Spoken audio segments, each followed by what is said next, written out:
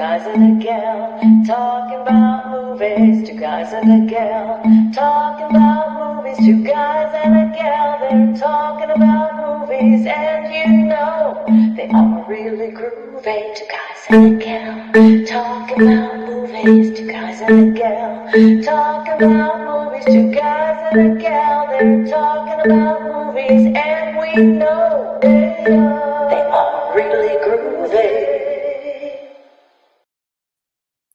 Good evening or good morning, wherever you are in the world, and welcome to another live edition of Two Guys and a Gal talking about movies. It's J-Law night. Yes, it's J-Law night. Everybody loves J-Law. Of course, I'm talking about Jennifer Lawrence. She's carved out a remarkable place in Hollywood, impressing audiences and critics alike with her incredible range and magnetic on-screen presence. Like everybody has a crush on her, like girls and guys. Come on now. Everyone loves J-Law. From her early breakout roles to her current status as an A-list actress, Lawrence has consistently shown a fearlessness in her performances, tackling diverse and challenging characters with ease. She's a powerhouse. She's very much a woman in charge and who has control of her whatever she's doing, right? She's a powerhouse. So join us tonight as we explore the many facets of J-Law's impressive career, delving into her journey from promising newcomer to acclaimed star that I'm sure our guys have obsessed over at some point. What about you? Is she like a Scarlett Johansson to you guys? I mean, everyone likes J-Law, right? Everybody's obsessed with her. Everybody loves J-Law. Yes. Is that true for you? I don't know. Rory shrugged at J-Law. Well, she's good enough for Jack Nicholson, but not for Rory. No, I'll be honest with you. At first, I wasn't a big fan of her stuff. You know, since then, yeah, I've come to like her because I really like her off-screen antics. And yeah, she's been very lucky, and she's gotten some great roles. There's no doubt, which we're going to talk about tonight.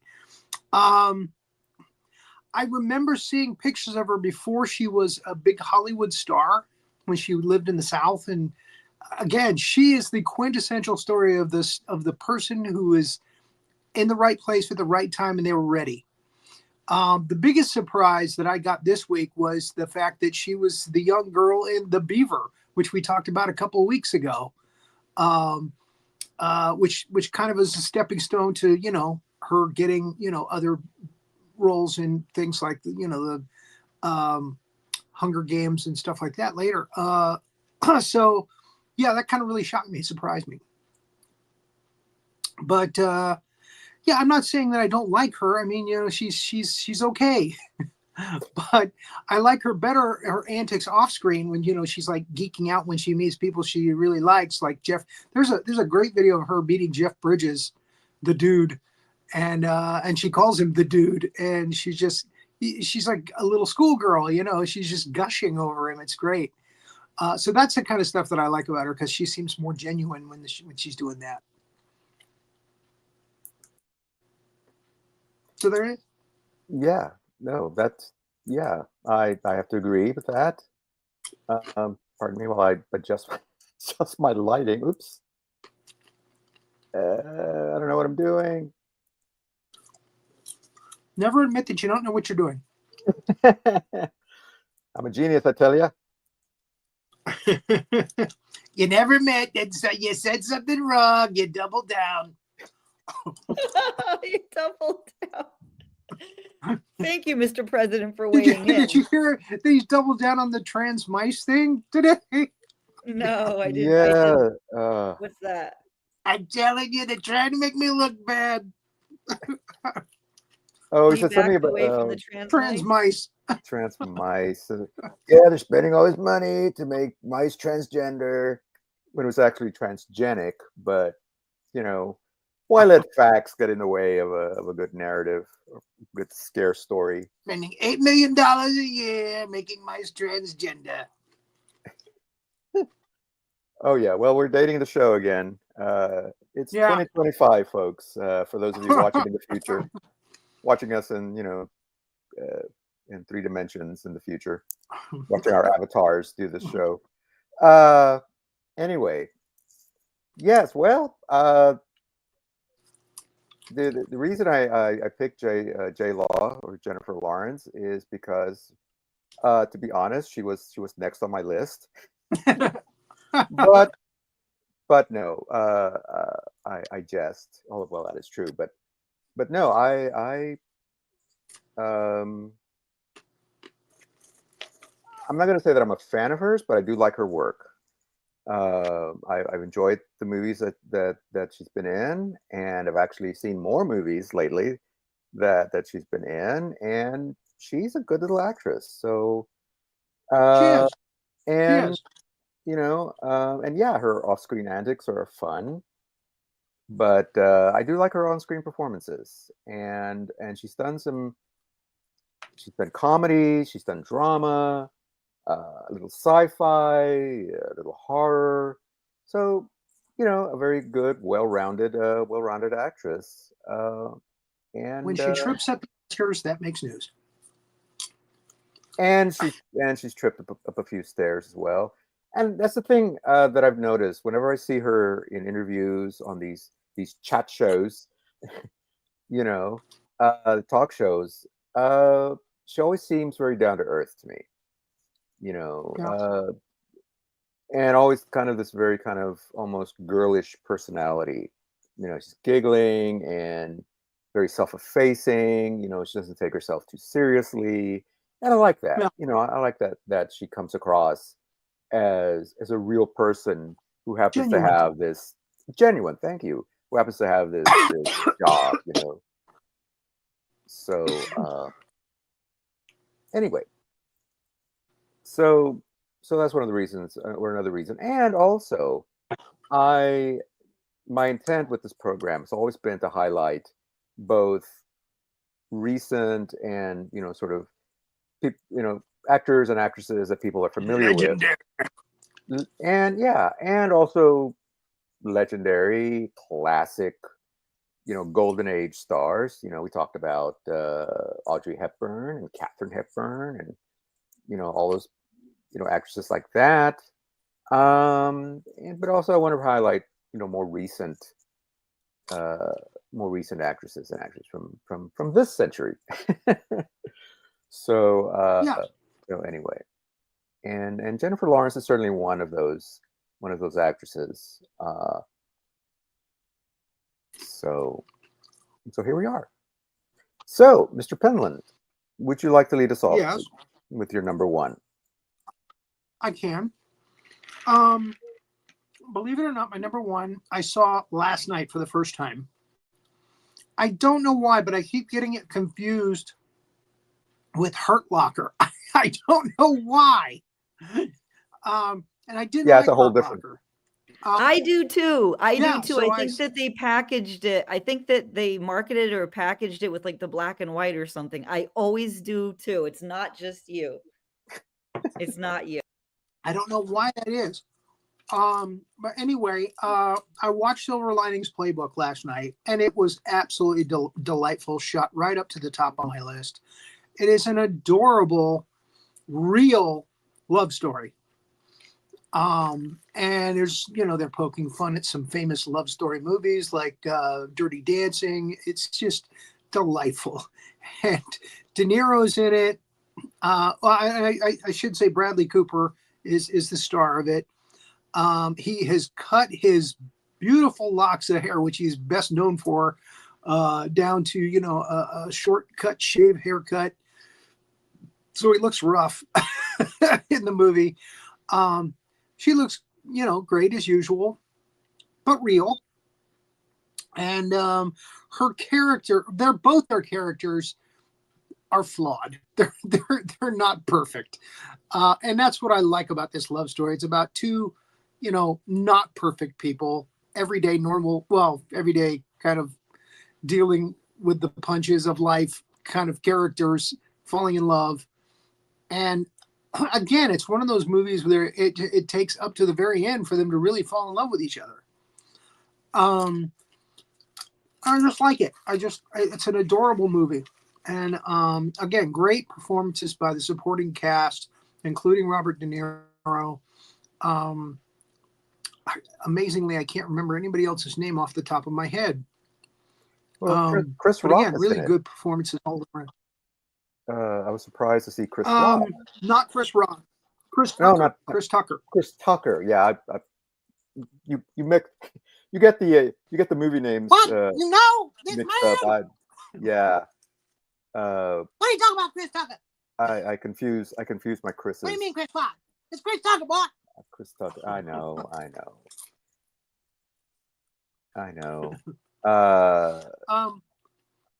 Yeah, he has kind of a small part, and he pops in and out. Yeah. And again, it all culminates with this huge double down bet that Robert De Niro, who's Bradley Cooper's dad, has made. It's going to fund his restaurant if he wins, but if he loses everything. And one of the things that they're betting on is the dance competition his son is in with Jennifer Lawrence, who at this point has impressed everybody. And she's a good dancer, but he's a mess. So the dance scene at the end is really funny. And the reactions that you get from the dance at the end of the movie is really funny. So yeah, if you haven't seen Silver Linings Playbook, delightful little comedy. It's a drama and a comedy. The Hurt Locker, yeah, not so much. No. Although it does star a guy that I'm going to mention later on in another movie with J-Law. So, Okay, that's my number one. Okay, excellent. Well, my number one, interestingly enough, is not Silver Linings Playbook, although it is on my top 5. Yeah. And in fact, my list is kind of bookend by 2 movies that were directed by the same man, has almost the same cast. Besides Jennifer Lawrence, Bradley Cooper, and Robert De Niro, movies directed by a man named David O. Russell. And also, interestingly enough, De Niro plays a father figure in both of these movies. So, my number one is actually Joy, which is the highly fictionalized account of, this is based on a true story of a woman named Joy Mangano, who is just your regular sort of housewife. She's got 2 kids. She's divorced. Her ex-husband lives in the basement, the house. Her father, played by Robert De Niro, moves back to the house, and he winds up in the basement as well. And he and the son-in-law or ex-son-in-law don't get along very well. And she invents this mop, this self-cleaning mop. And the movie is essentially about her struggle to market this invention of hers, with some financial help from her family, but very little support when things start going wrong. They all sort of blame her for, like, well, you've gone beyond your, what makes you think that you had the business sense to do this and all this stuff. She does succeed at the end. And there is a happy ending. And Bradley Cooper plays the head of QVC, and so we see the beginnings of QVC. There's a nice little cameo from Melissa Rivers playing her mother, Joan Rivers, in this movie. And it's a wonderful little comedy. It's from the same director of Silver Linings Playbook. Yeah. So it's that same kind of feeling, very messy, very chaotic, family drama up the wazoo. De Niro's character, as always, delightful. He plays it to the hilt. This frazzled, very superstitious dad who wants to open a restaurant, but he's doing this like almost loan sharking on the side to make money. And That's Silver Oh no, Lining. no, no! Wait. I'm sorry. I'm getting my movies mixed up. No, Yeah. he runs his garage in this one. He has an automotive shop, and so he and her mother is this almost recluse who stays in a room watching soap operas. And there's Yeah. this one when you see the scenes on the TV, and you have like actual like famous soap opera stars, as Susan Lucci and Donna Mills and all these people on the TV. Uh, and like Silver Linings Playbook, I keep wanting to say Playroom.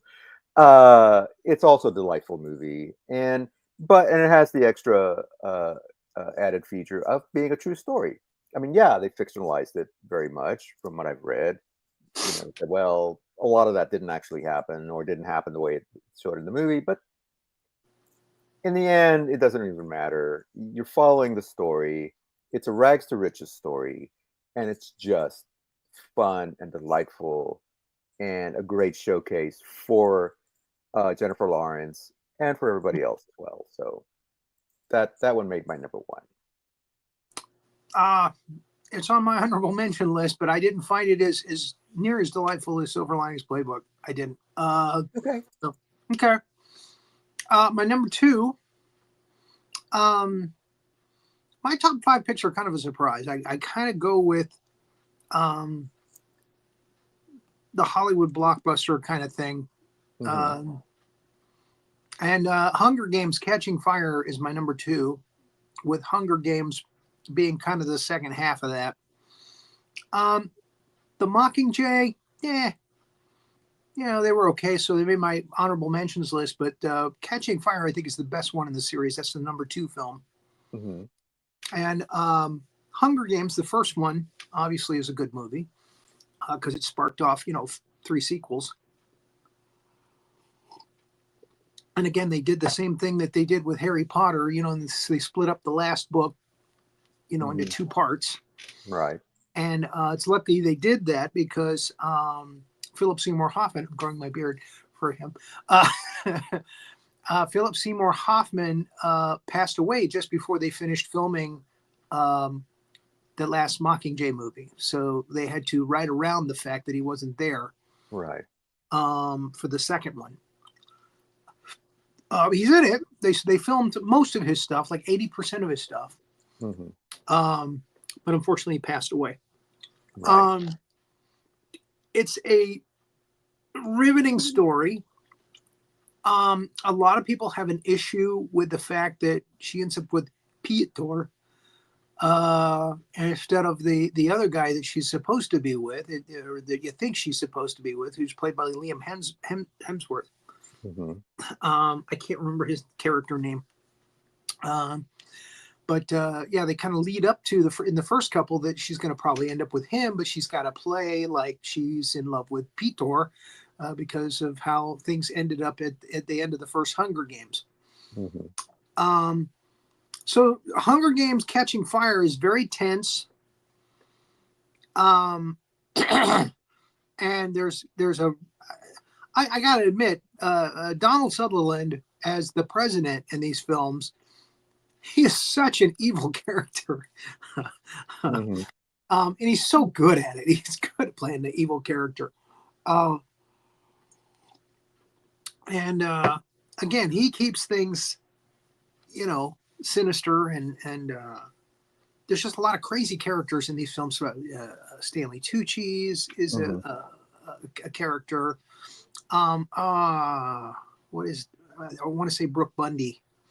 Elizabeth Banks. I think Elizabeth Banks. Yeah, you're right. Plays they're kind of the show people, who do the Hunger Games announcing, that kind of thing. Yeah, kind of the MCs of the show, as it were. And you get these like really bizarre costumes and makeup and set pieces because it's supposed to be like an Orwellian kind of future, and it's very entertaining, extremely entertaining. And again, the story has a lot of twists and turns. That now they really lost me in Mockingjay. especially when they do the attack on the city and they end up, fighting, these creatures in the sewers. And I'm like, okay, now you lost me. What the hell is that? Do you really think that's going to happen? Come on. There's like mutant people down in the sewers anyway that are guarding the city. So it gets kind of silly in the last two. There's a great twist at the end. And Julia Moore deserves a nod as the person who wants to become the incoming president when the rebellion happens, and it's happening. So again, very entertaining. So those are my number 2 on my list. Is Catching Fire and the original Hunger Games. Okay. Good. Well, A lot of good acting. very good acting. Yeah. Well, for my number 2, I went with Winter's Bone, which was one I wanted to, but I just didn't get it. Oh, now this is one of her earliest movies, Right. and in fact, I think this is maybe the movie that really kind of put her in the public consciousness. And it's a very simple story of this girl whose father apparently is a bit of a ne'er-do-well, and Played by Robert De Niro. No, I'm kidding. played by Robert. That would have been cool, but no. And she finds out. Well, what can I say?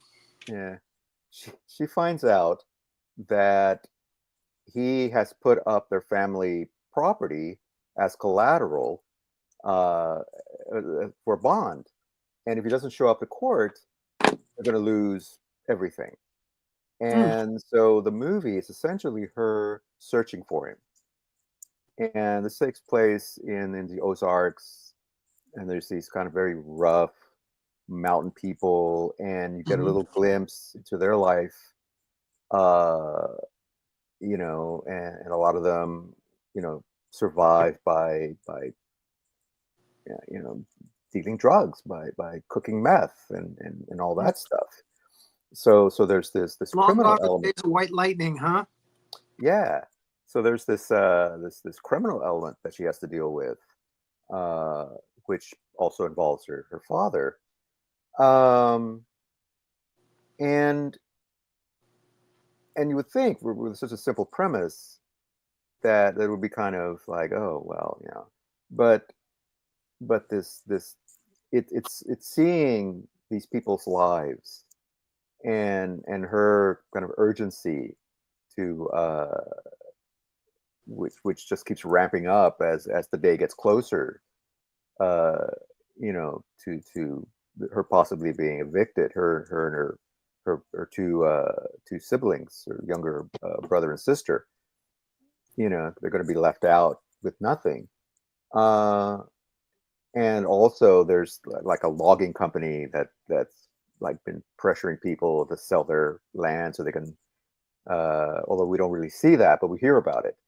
And it's just a very dramatic, very intense movie.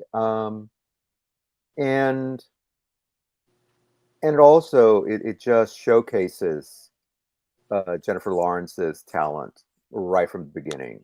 She was only 20 at the time when she was making this movie, although the character is supposed to be younger. I think she's supposed to be like 17 or 18. But she pulls it off, and so you can really see how people would say, "Oh my God, this is somebody we need to look at," or she's going to have a good career later on, and sure enough,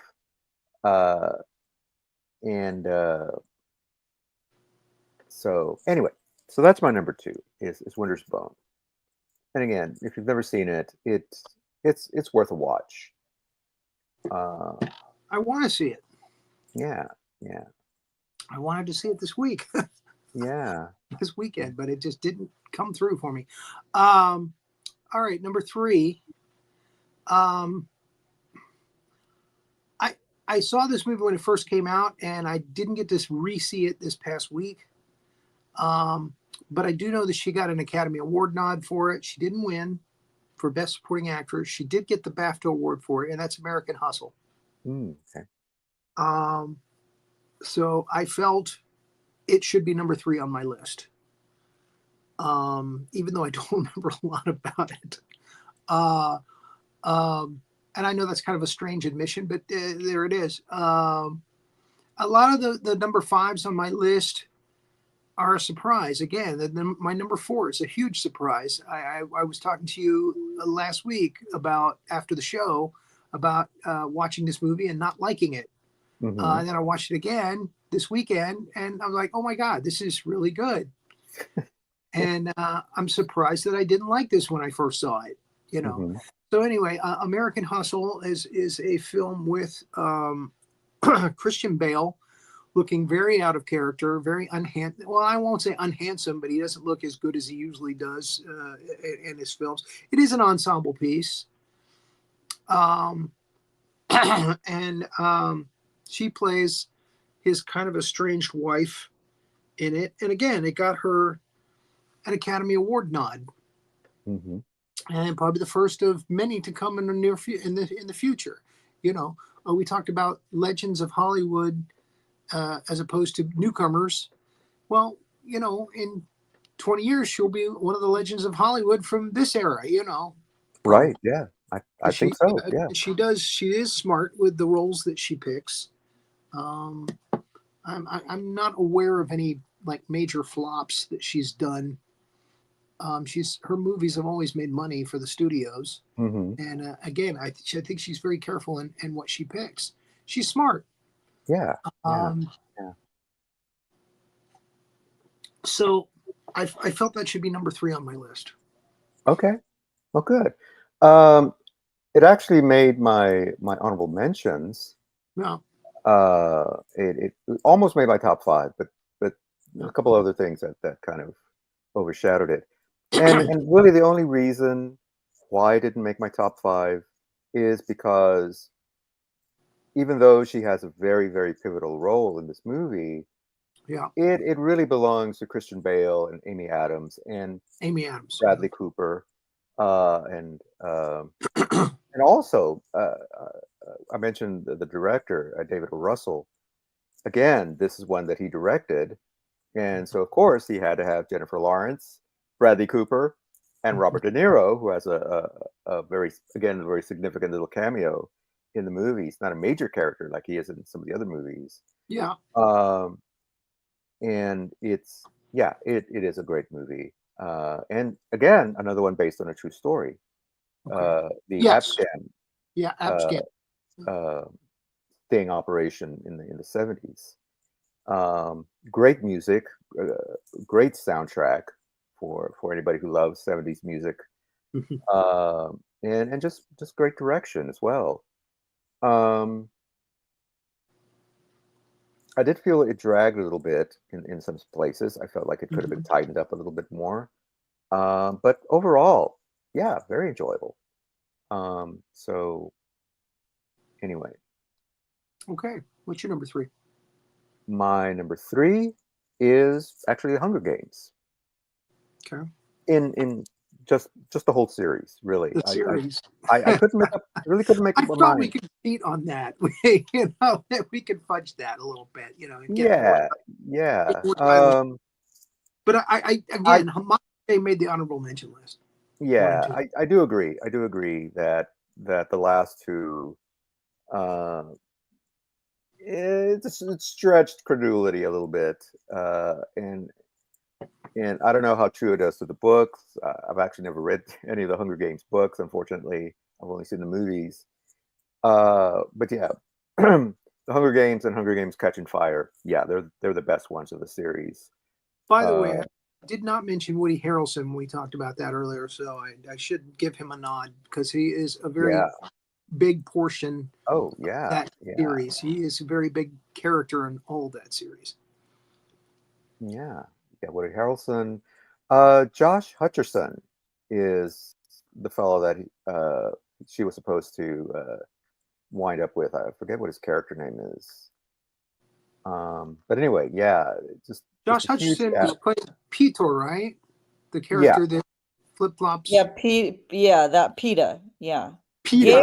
Gail is the one that is Chris uh, Hemsworth or whatever. Chris Liam, Hemsworth. Yeah.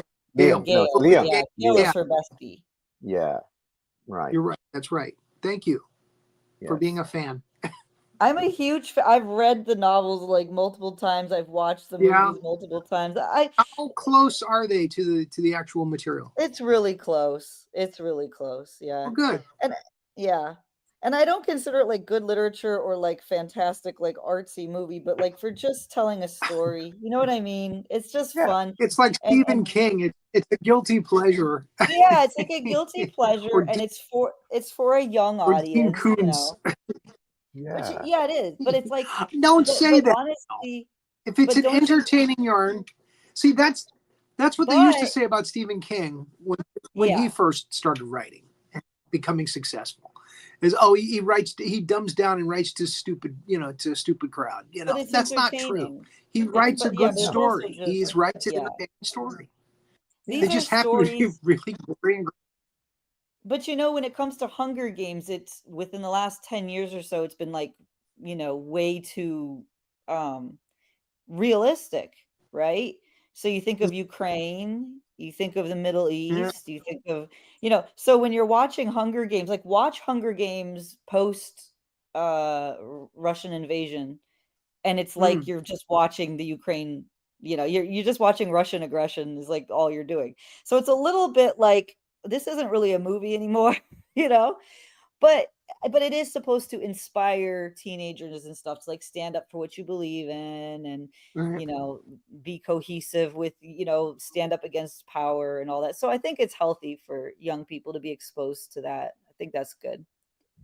Yeah. It's like a civil rights movie, honestly. Well, Like they're yeah, taking away your yeah, civil rights and you have to stand up to the powers. Yeah. right. It's young adult dystopian literature, and it's one of the best. I mean, there's been others that have tried to replicate it, like the Maze Runner series and all those, the Divergent, but Yeah, they all they've came out after this. yeah, never quite captured that same feeling as of Hunger Games, or had the same kind of success that Hunger Games did, even the entire series, really the entire series. And of course, in typical Hollywood fashion, now they tried to do a prequel to it. I forget what it's called, but yeah. And again, Jennifer Lawrence just stands out in this role. I do Put have to that picture say, up again one more time. This is something that that is Jennifer Lawrence in the beginning on the poster behind her. mhm, And look at Jennifer Lawrence, how Hollywood she has become, as far as she's gotten a personal trainer and slimmed down. She's got her hair done in the typical Hollywood blonde style. I believe she's had some facial work done, some surgery. That's my feeling. So yeah, she's become very Hollywood. she's gotten all glamorous on us. Yeah, that was something that kind of tainted my view of her, because I saw that early on. That after the Hunger Games and after the early movies, she decided to go full out glam, like Yeah, he said. He said. that guy over there. I don't know. I kind of resented that a little bit. I don't know why, because I'm not a girl who's been shamed, for being overweight or anything. But I just, but yeah, I just kind of, I hate when people who are just fine the way they are, kind of go out full Hollywood, and do the facial work and get the, the body work and the hair done and the, wear all the jewelry and the Gucci dresses and what have you. And I don't know. There's just something about that kind of turns me off. Anyway. Yeah. I know what you're saying. And when the first one came out, like for me, I was watching, I didn't know anything about Jennifer Lawrence. I didn't know anything. I didn't. Very different. Two very different women. But J-Law. I did right, exactly. But I didn't know when I saw that. I thought, oh, this is interesting because she did look so average. She looked like a regular teenage girl. She just looked normal to me. Like I wouldn't have noticed her, like if she was at the I'm not going to checkout. say she was a full-figured girl, but she definitely wasn't the Hollywood sculpted She look. just wasn't. No, Yeah, she was like really she was normal. normal, Yeah. yeah, kind of person. And again, the hair wasn't, spectacular. I mean, it was nice. And she was just fine, Yeah, she was very like I think that's what drew people to her was that she seemed Yeah. approachable. And Well, I again, think when we see her antics off screen, we get kind of the real J Law. yeah. We see that breaking through. Well, unfortunately, I think that Hollywood or the industry puts a lot of pressure on women, Yes. to look a certain way, to be a certain way, Yeah. and some try to avoid it, and some don't. Eventually, a lot of them, or they But try to yeah, avoid it for a long time, and then they wind up caving, yeah. to the pressure. You saw that with And I guess Jane that's what Garofalo and a lot they of other realized she actresses. lost the battle. Yeah, Maybe yeah. deep down. But I have noticed that, like, she doesn't look the same, and I know she's a little older now, Yeah. but there's just something about her face that's a little bit different Yeah. from those early movies. But okay, so moving on. So that was my number three. What's your number four? This is the biggest surprise of the night. My number four, as I mentioned before, is Passengers. Okay. A movie that I absolutely didn't like when I first saw it because of Chris Pratt's decision. They're out in outer space. He's woken up by accident from his cryo sleep because there's glitches in the machines in the ship that they got like an 80 or maybe a 90-year travel to another Earth planet that they're going to repopulate, recolonize. Hmm. So he wakes up by accident and he's by himself. It's just him and a robot bartender played by Michael Sheen, who's fantastic as always.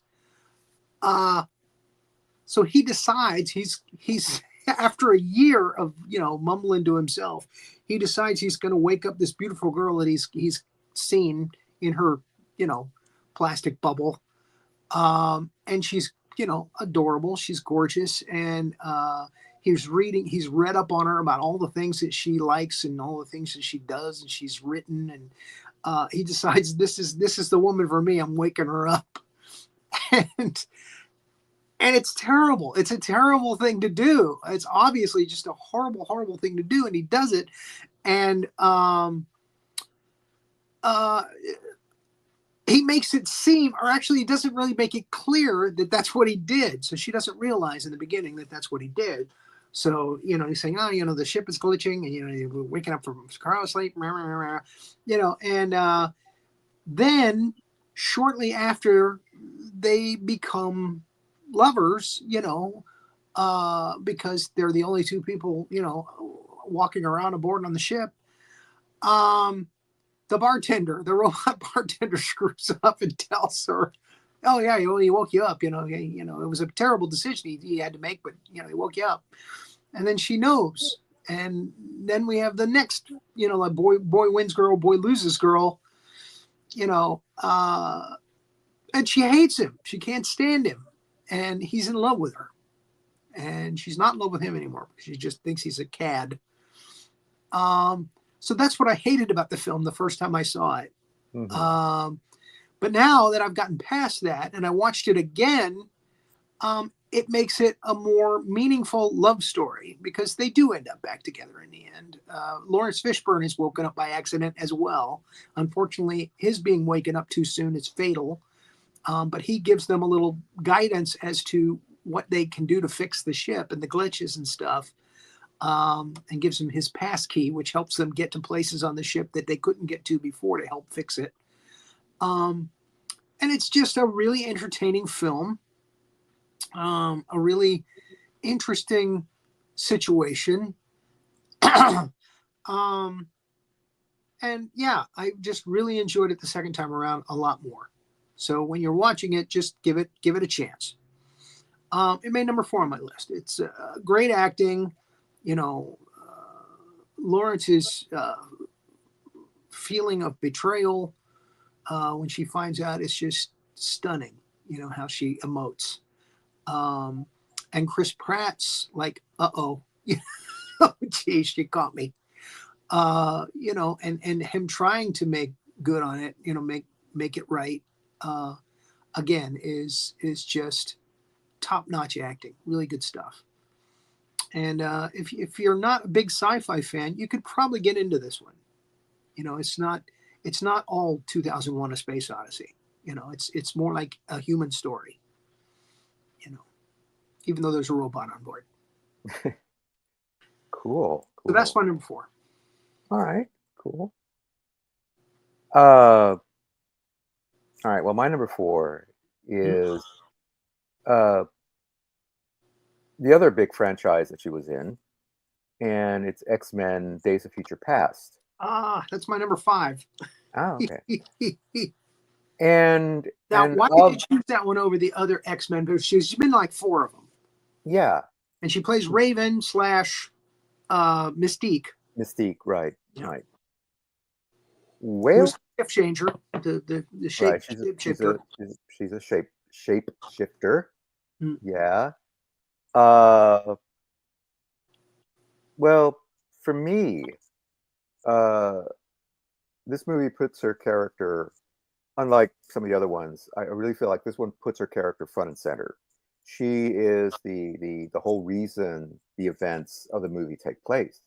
Mm. She's the prime motivator of the entire plot. Right. In that she, in our sort of current times or in the near future, she winds up killing somebody that causes the future, or I should say, she attempts to kill somebody that has caused this horrible future for mutants. These giant hunting killer robots, the Sentinels. Yeah. Are hunting all the mutants. The X-Men are like the last line of defense, but they're all getting killed off. And so Professor X and Magneto, played by Patrick Stewart and Ian McKellen, sort of reprising their roles, wind up sending Wolverine back into the past to stop her from changing, to make a better future. And so it's really all about her, and of course we meet the Professor and Magneto in the past, or our present, played by different characters, right. played by Michael Fassbender and right, and the other guy. The Scottish actor. The Scottish actor whose name eludes me for the moment. Let me a second. I hate that. Oh, James McAvoy. McAvoy. Yeah. And so for that reason, I felt like, because of that.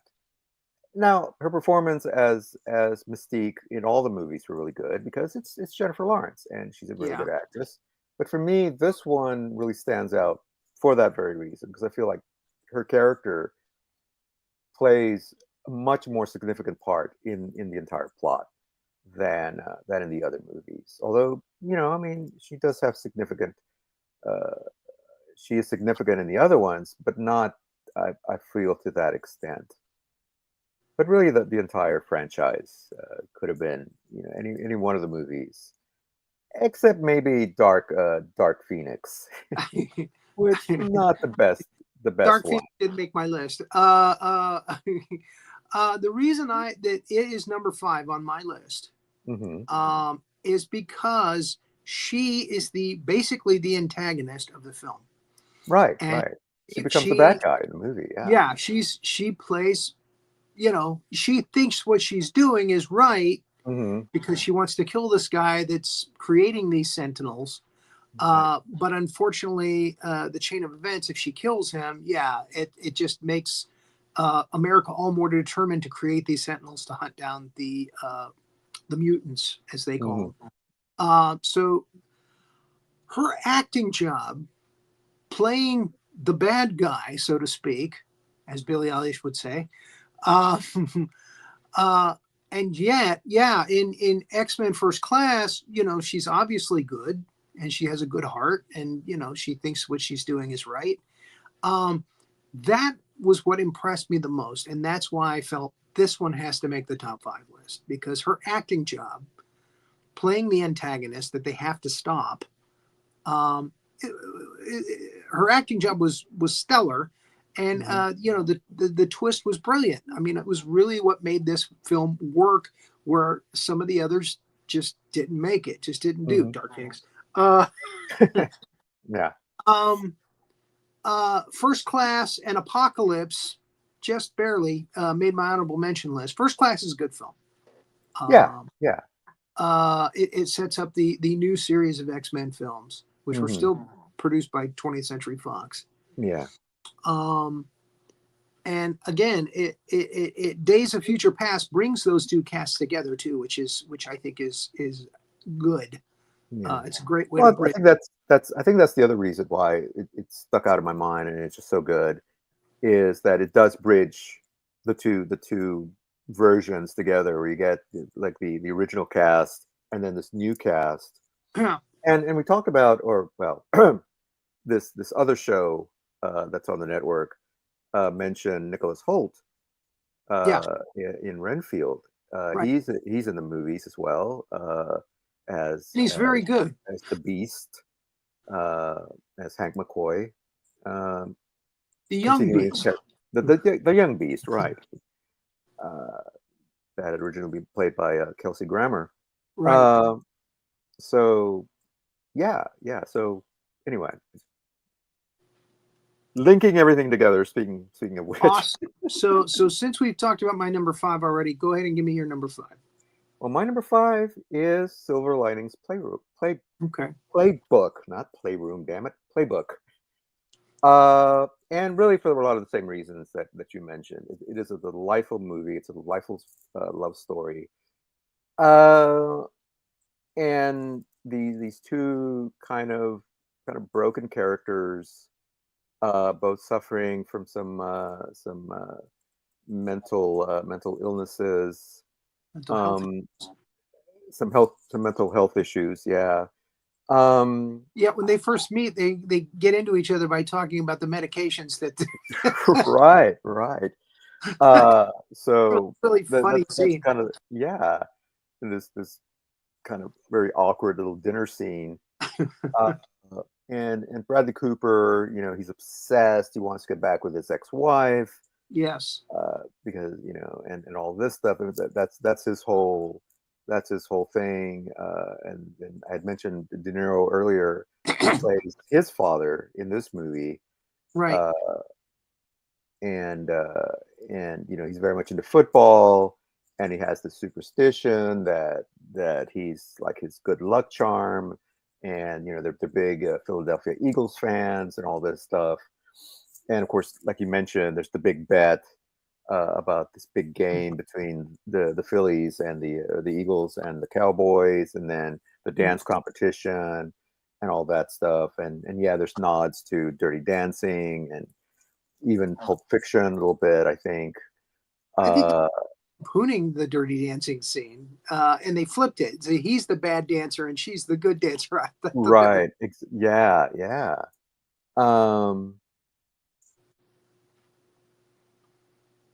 And in fact, there was a character that I for a minute I thought was Jennifer Grey, but it isn't. It's somebody else. Really kind of looks like a little bit like her when she was younger. But yeah, great performances all the way around. Bradley Cooper, definitely. This was definitely his movie. J Law, I want to say she got either won an Academy Award or got nominated for this movie. I think she might have won, if I remember correctly. In fact, I think that's one of the times that she stumbled on her way to get the award. So yeah, look that up for me. But yeah, just and and it's like you said, it's a dramedy. It's equal Uh-huh. parts comedy and equal parts drama. There's some serious parts in it. The characters, they're not always the nicest people that you want to meet. Again, because of their situations, but you still wind up rooting for them at the end. You know that these two belong together, and that they're going to fall in love, or they have fallen in love, but neither one, especially Cooper, is so deep into his own trauma and his own thing with the ex-wife. Uh, but he finally comes around, and it's a great moment, and you're like, yes. And again, the director, David O. Russell, has a great ear for music and another great soundtrack. If you want to track that down as well. Um, all of his movies that I've seen You have are great correct. soundtracks. She did get the Academy Award. They got 8 nominations that year, and she was the only one that took the award home for Best Actress, and she was the second youngest winner Mhm. of Best Actress for that. Yeah. So, and well deserved, I think. Well deserved. Mm. Her Oh yeah. performance in that movie. Again, it's number 1 on my list, so Yeah. so I enjoyed her performance in that. So yeah. All right. So that was my number 5. Yes. Uh, As we mentioned earlier on honorable mentions, X-Men First Class, Apocalypse, Hunger Games, Mockingjay 2, and then 1, because 1 was really kind of the worst one in the whole thing. It really lost me on that last one. yeah. No Hard Feelings, one of her latest releases. She's very good at comedy, Mm-hmm. and deserves a nod for that. Even though it's an ensemble piece. Don't Look Up is a really funny, twisted movie that I just love, and deserved a nod. Joy, which you mentioned, it's high on your list. Gets a nod, and Red Sparrow, which is a little depressing. Kind of a different situation. They cast her as a Russian who ends up becoming a spy. She's like a Russian call girl, I think, in the movie. And I haven't seen it in a while. I saw it when it first came out. And I remember it was kind of depressing when I saw it. But a good performance, again, still by her. You bought it. You understood what she was doing, what she was trying to do. And the Russian accent she did in the film was very decent. And it deserves a nod. Yeah. Cool. Well, my honorable mentions includes She mentioned. hasn't done a lot. I mean, she's done like under 30 films, I think. Yeah, So yeah, yeah, most of what we've mentioned here is what she's done. There've been a couple of earlier films that I didn't get to see that I wish yeah, I could have seen. yeah. Um, and so there it is. Okay. Well, you mentioned American Hustle. That's one of my top. And again, another David O. Russell film, as Yeah. we mentioned, based on a true story. Uh, I really I loved Christian Bale in this movie Mm-hmm. as this con man. Uh, Amy Adams, holy cow, super hot in this movie. Probably the sexiest I've ever seen her in this Mm. movie. Bradley Cooper, great, and I know he's kind of this other actor, a comedian. He's kind of fallen from grace a little bit, but Louis C.K. does a really nice Yeah. job in this movie as Cooper's boss. And I love the little running gag of the of telling the fishing story, fishing hole story, and never getting to finish it. So we never really learn what that's about. Um, and also I keep forgetting his name. He played Hawkeye in the Marvel movies. Oh, Jeremy Renner. Jeremy Renner. Thank you. Yeah. And he's the one I was thinking of when you mentioned the Hurt Locker. He was the star of the Hurt Right. Locker. He's the star of the Hurt Locker. Yeah, he has a great role in this movie as the I think it's a mayor or a councilman in the city in New Jersey. Uh, that they wind up getting embroiled in this sting operation. Michael Pena has a nice little cameo as this fake Arab sheik that they're trying to pass off as part of the sting. But anyway, it's just a great cast, and like I said, it does drag in some parts. I feel like okay, you can kind of move this along, but Jennifer Lawrence, um, her performance in this movie definitely Academy Award worthy as the very passive aggressive, very kind of neurotic wife of Christian Bale's character. Uh, just the way she manipulates him all the time, and just everybody, and just how it's just a wonderful performance from her. And the only reason I didn't rate it higher, even though I really enjoy this movie, is just because so many other people kind of take center stage. But her performance, yeah, should not be overlooked. She got an Um, award nod for it. Yeah. yeah, yeah, And she won an award in England for it. yeah. Oh, yeah, she did. Supporting actress. Yeah. Sorry. Popcorn. No problem. Uh, Also on my top five, or not my top five, my honorable mentions, I should say. Mhm. It's a movie called oh oh my god, the comedy, the uh, No Hard Feelings. Why, I don't know why I stumbled over that. No Hard Feelings. Mhm. Great little comedy. Uh, and I felt it's kind of a little throwback to some of the 80s kind of sort of little slightly raunchy comedies about a younger Coming of age. man and coming of age, the younger man with the older woman and all that. And for anybody who's interested, there is a nude scene Woohoo. on a beach with J Law that's not to be missed. So I'm just going to throw Whoa. that out there. There it But is. yeah, yeah, great performance from her, from the young man, and Matthew Broderick plays this young fella's father, and he looks Mhm. very different. He's not Yeah. quite the fresh faced kid Ferris that you Bueller. remember. He's not quite Ferris Bueller, he has He's aged. aged. He's definitely aged, but He's still, well aged. nice little performance from him. Um, a suspenseful little thriller that I hadn't actually seen until recently.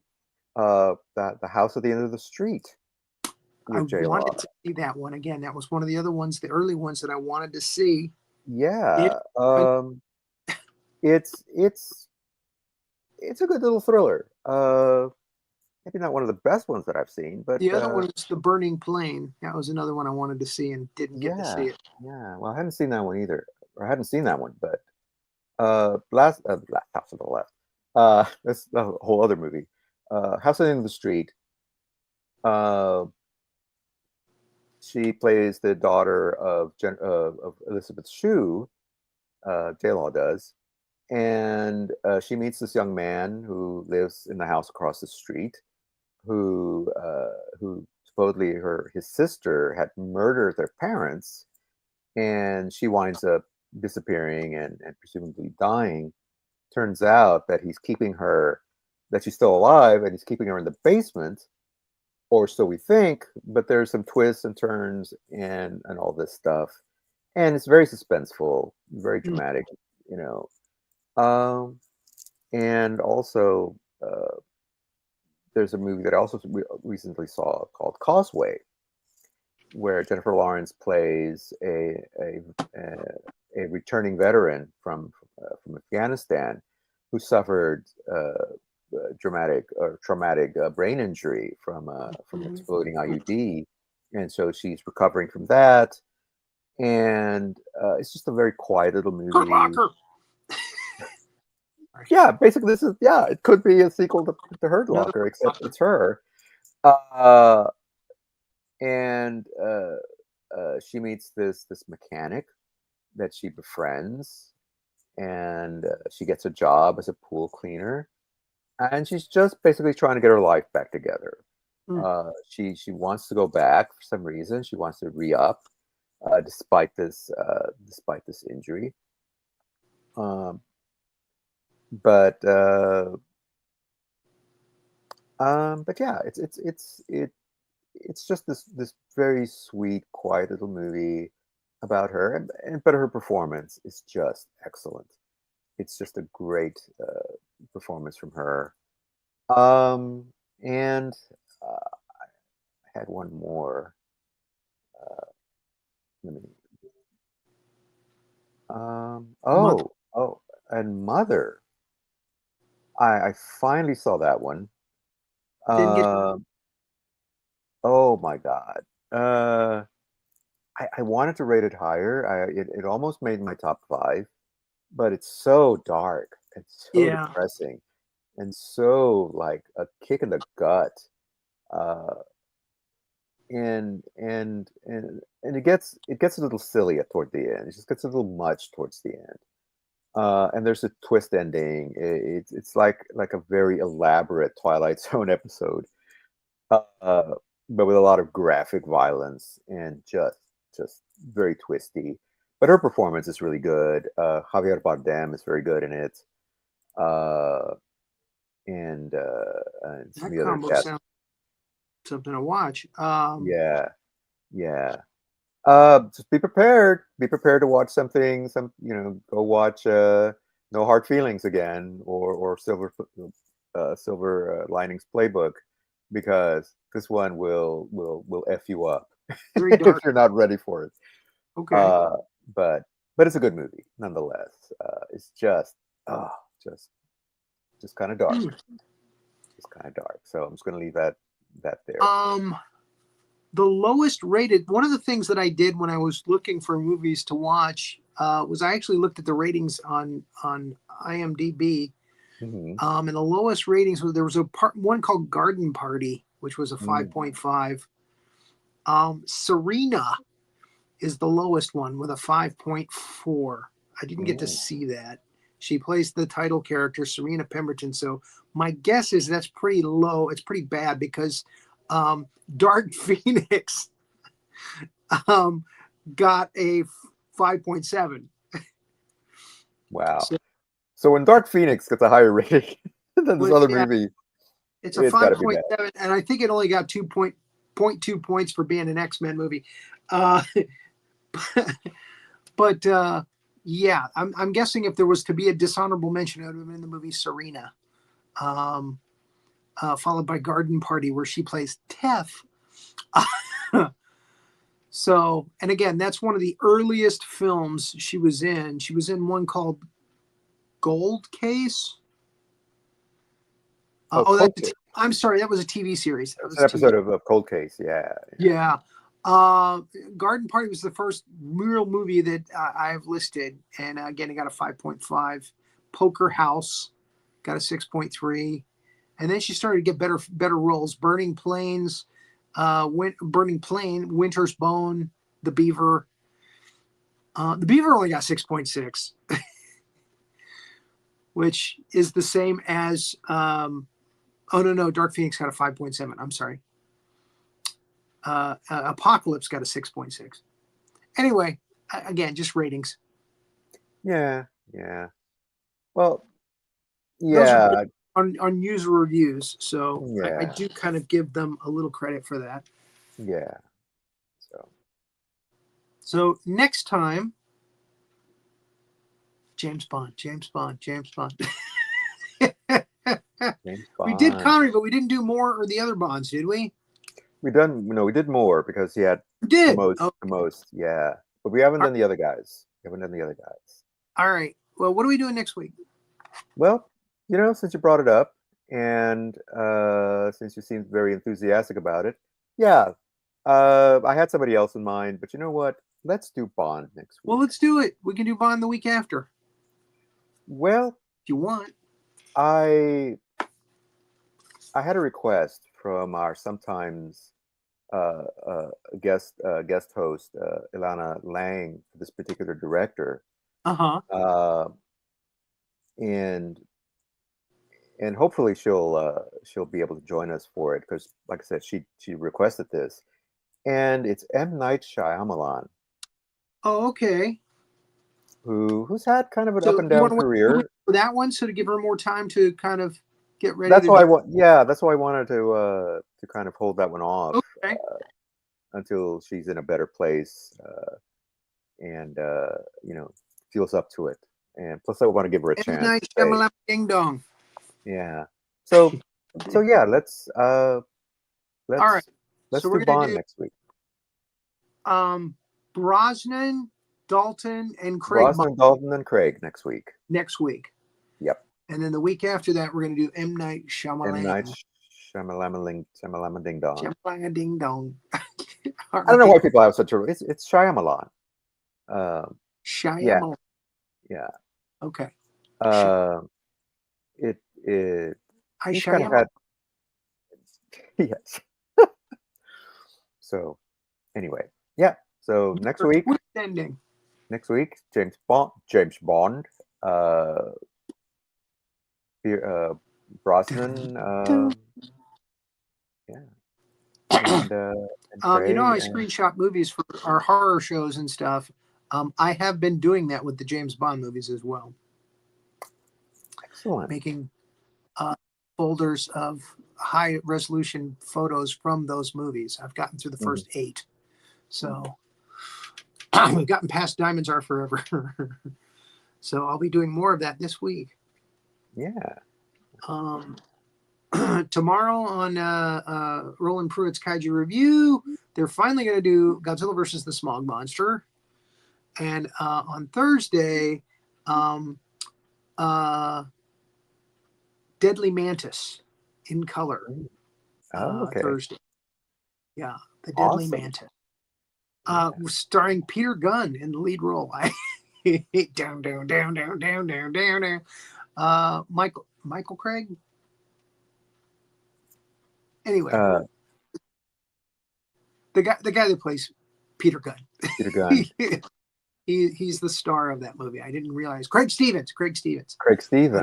Right. Yeah, I didn't realize that. He's also in Abbott and Costello Meets Dr. Jekyll and Mr. Hyde.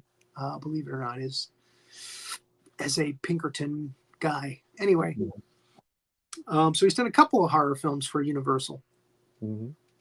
So okay, so that's what's going on later this week. I can't remember the guest for No Icing, but that's at 10:00. I'm so sorry. Jesus, where did that come from? I hiccup sometimes now with no warning, and it scares people. Ever since the heart attack, I just hiccup for no reason, for no reason at all, and it scares people. They're like, "Oh my god!" So that's what's going on this week. Again, yes, No Icing, 10:00 on Thursday as well, Eastern time, 7:00 Pacific. Yeah. And so again, in case anybody misses our show, all our shows are archived. If you're watching this at a future date, they're all on YouTube, and a lot of them have their own playlists.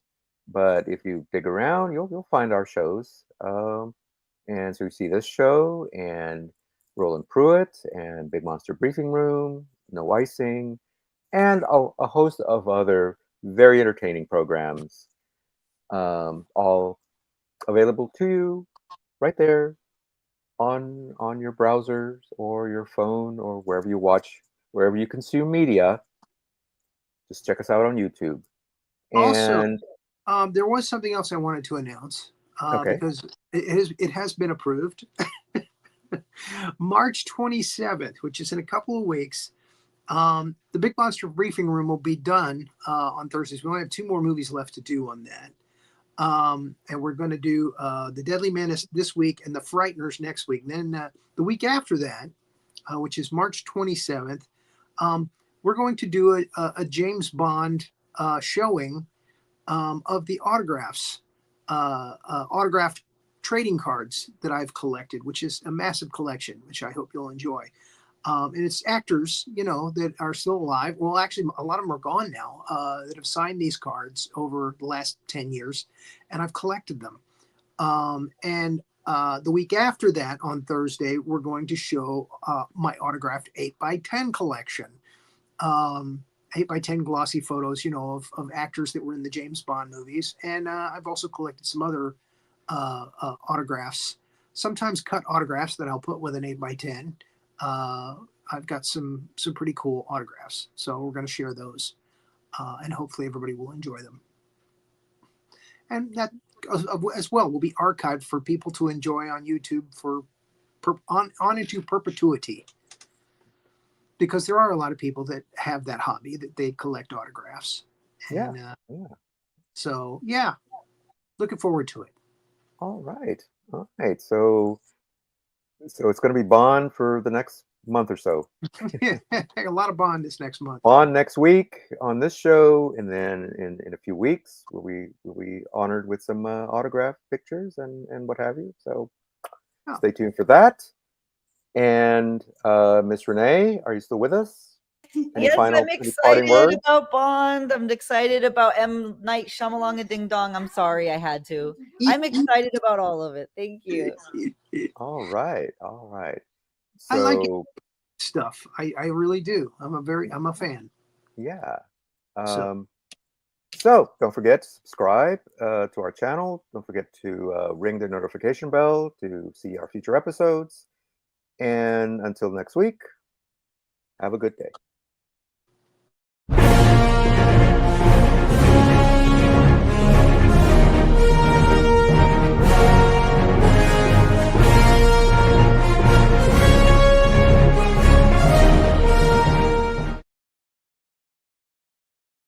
Thanks for watching this episode of Two Guys and Sometimes a Gal Talking About Movies. Be sure to like, subscribe, and click that notification bell to get future episodes.